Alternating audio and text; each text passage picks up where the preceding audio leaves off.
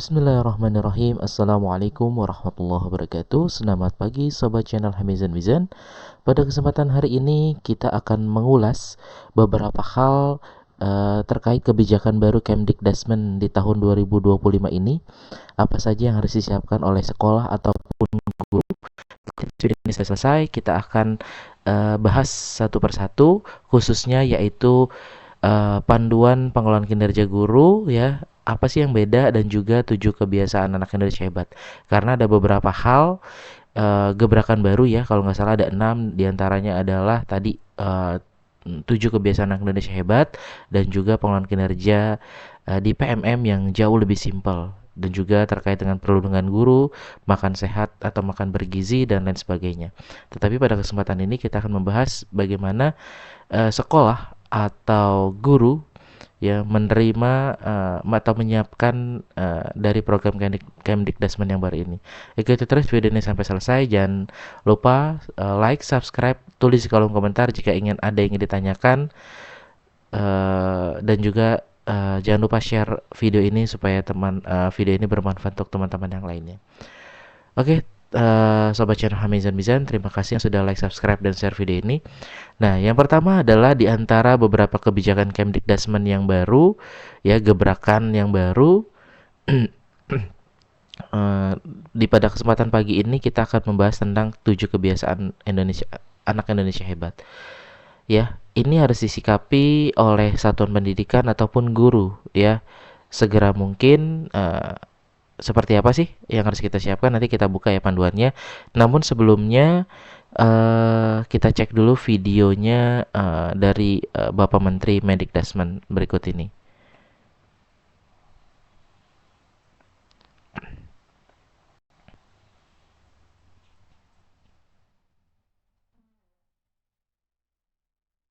Alhamdulillah tadi sudah kita luncurkan bersama-sama, dan sebagaimana kami sampaikan bahwa gerakan 7 kebiasaan anak Indonesia hebat ini merupakan bagian dari upaya kami dalam memperkuat pendidikan karakter sebagai salah satu dari tujuan pendidikan nasional dan juga bagian dari program prioritas Bapak Presiden Prabowo dan Bapak Wakil Presiden Gibran. Program ini karena merupakan gerakan, maka titik tekannya bukan pada pemberian hal-hal yang bersifat teoritik, tetapi lebih menekankan pada membangun kebiasaan melalui pembiasaan yang berbasis keluarga, berbasis masyarakat, dan juga berbasis satuan pendidikan baik yang di sekolah maupun yang di madrasah. Gerakan ini merupakan bagian dari upaya kami juga dalam membangun sinergi antara pendidikan yang diselenggarakan di dalam keluarga, pendidikan yang diselenggarakan di satuan pendidikan, dan juga kegiatan-kegiatan di masyarakat yang memiliki nilai-nilai pendidikan. Kami tentu saja berusaha agar gerakan ini tidak hanya dilaksanakan oleh Kementerian Pendidikan Dasar dan Menengah, tapi juga didukung oleh kementerian yang lainnya. Alhamdulillah sudah ada surat edaran yang kami terbitkan bersama antara Kementerian Pendidikan Dasar dan Menengah dengan Kementerian Dalam Negeri agar pelaksanaan 7 kebiasaan ini dapat berlangsung dengan baik di sekolah-sekolah, baik yang diselenggarakan oleh pemerintah maupun sekolah-sekolah yang diselenggarakan oleh masyarakat. Kami berusaha agar lewat gerakan 7 kebiasaan anak Indonesia hebat ini dapat kita bangun generasi Indonesia yang kuat, generasi yang memiliki kebiasaan-kebiasaan yang mencerminkan nilai-nilai utama dalam budaya dan juga kekayaan bangsa Indonesia, dan juga nilai-nilai utama yang ada pada agama-agama dan kepercayaan yang ada di tanah air kita. Itu saja dapat kami sampaikan.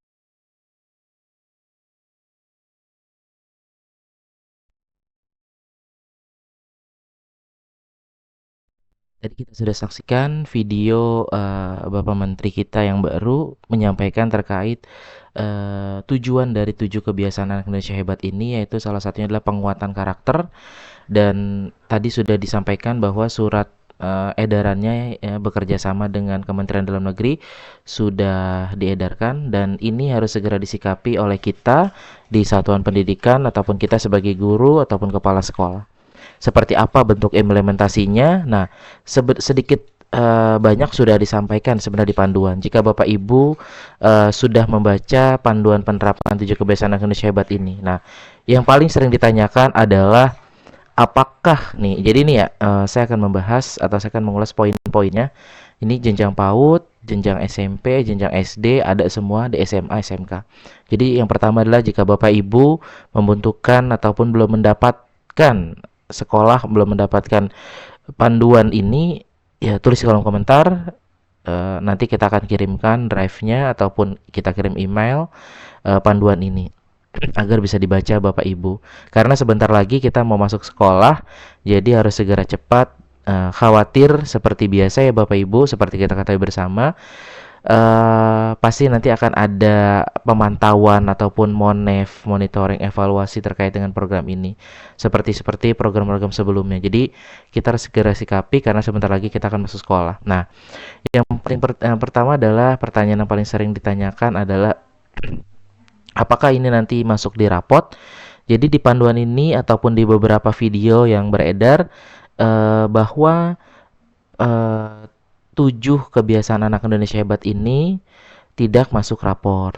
Ya, pertama Bapak Ibu bisa lihat di beberapa video dan juga di panduan ini disampaikan. Nah, tetapi ini akan ada form checklist ya, atau semacam itu, form checklist. Nah, seperti ini kalau kita mau baca tadi ya, alhamdulillah saya sudah cukup membaca dari awal sampai akhir seperti apa tujuan ataupun harapan dari program ini ya. Tadi disampaikan di awal yaitu penguatan karakter supaya anak-anak Indonesia itu memiliki kebiasaan-kebiasaan yang baik. Di antaranya adalah ya, perlu Bapak Ibu ketahui 7 kebiasaan anak hebat. Yang pertama di sini ada, di covernya sudah ada.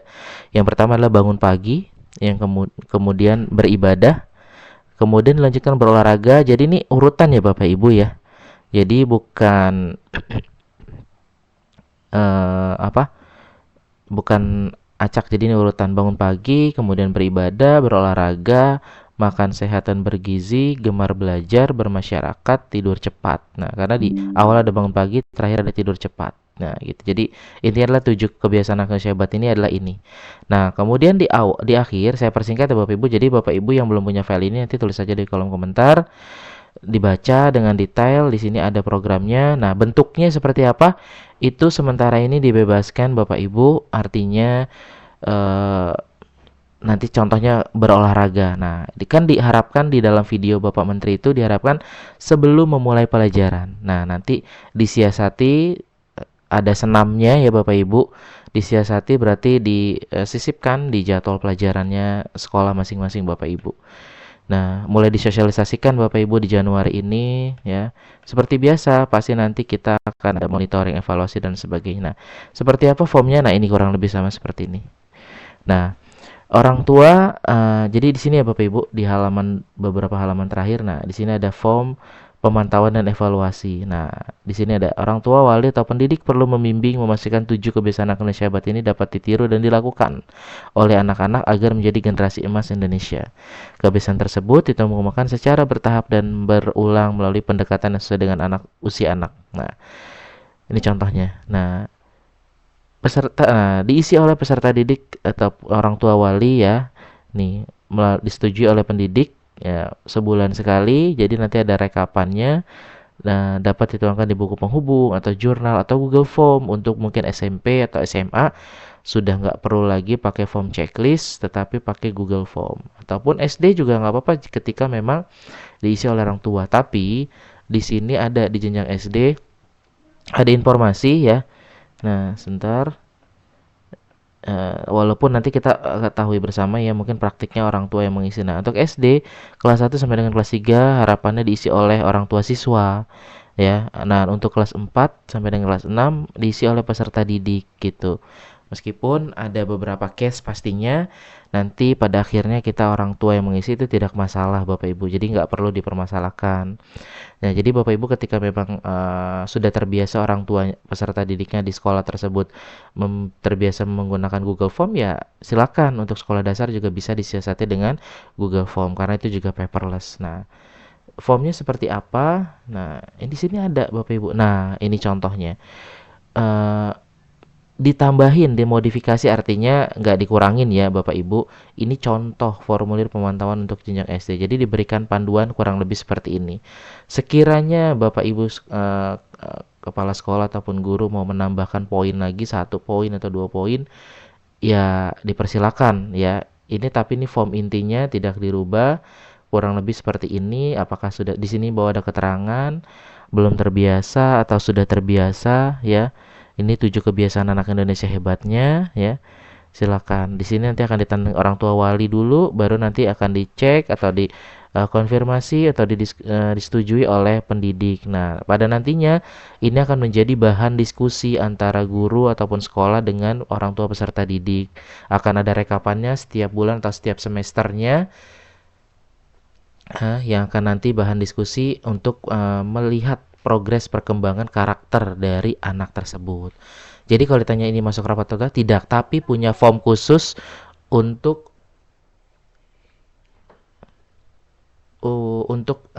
melihat progres. Jadi ini ada form khusus. Nah, biasanya karena ini apalagi ini program baru pasti akan dimintai uh, evaluasinya ataupun monitoringnya, laporannya.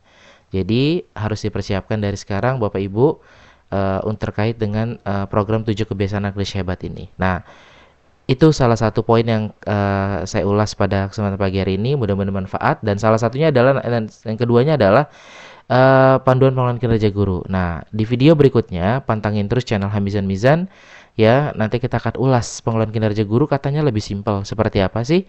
Nah, jangan lupa subscribe channel ini supaya nggak ketinggalan informasi dari kita. Next video kita akan kupas atau ulas pengelolaan kinerja guru yang jauh lebih simpel. Nah, kita spill sedikit ya. Kita coba aja buka PMM-nya. Jadi PMM ini bisa digunakan Bapak Ibu ya. Silakan fitur-fitur ini dimanfaatkan ya. Jadi masih banyak hal yang bisa kita ambil dari PMM ini. Nah, pengelolaan kinerja kita cek. Nah, kita spill. Nah, di sini ada info penting. Mulai tahun 2025 pengelolaan kinerja akan menjadi lebih sederhana dan lebih bermakna.